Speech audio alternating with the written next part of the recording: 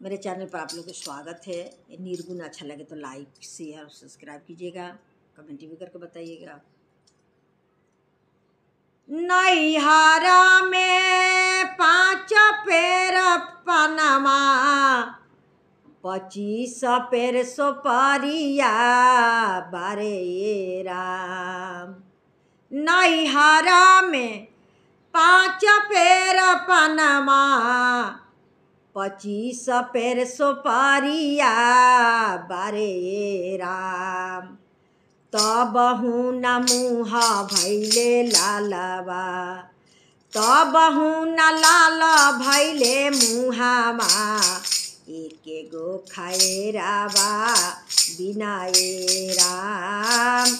तबहु न लाल भैले मुँहमा, एक ही खैराबा बिनाए राम। नैहरा में 5 गो भैयावा, 25 गो भतीजावा बारे राम। नैहरा में 5 गो भैयावा, 25 गो भतीजावा बारे राम। तबहु न नैहर सोहामन लागे, तबहु न नैहर सोहामन लागे, एक ही मतरिया बिनाए राम।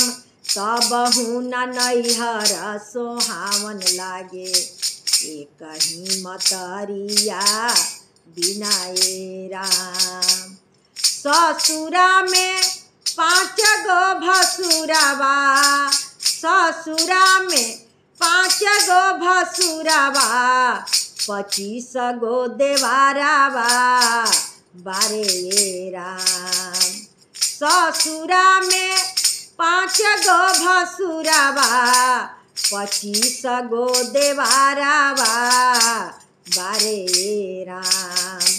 तबहु न ससुरा सोहामन लागे, तबहु न ससुरा सोहामन लागे, एक ही बलमुआ बिनाए राम। तबहु न ससुरा सोहामन लागे, एक ही बलमुआ बिनाए राम। तबहु न ससुरा सोहामन लागे, एक ही बलमुआ बिनाए राम।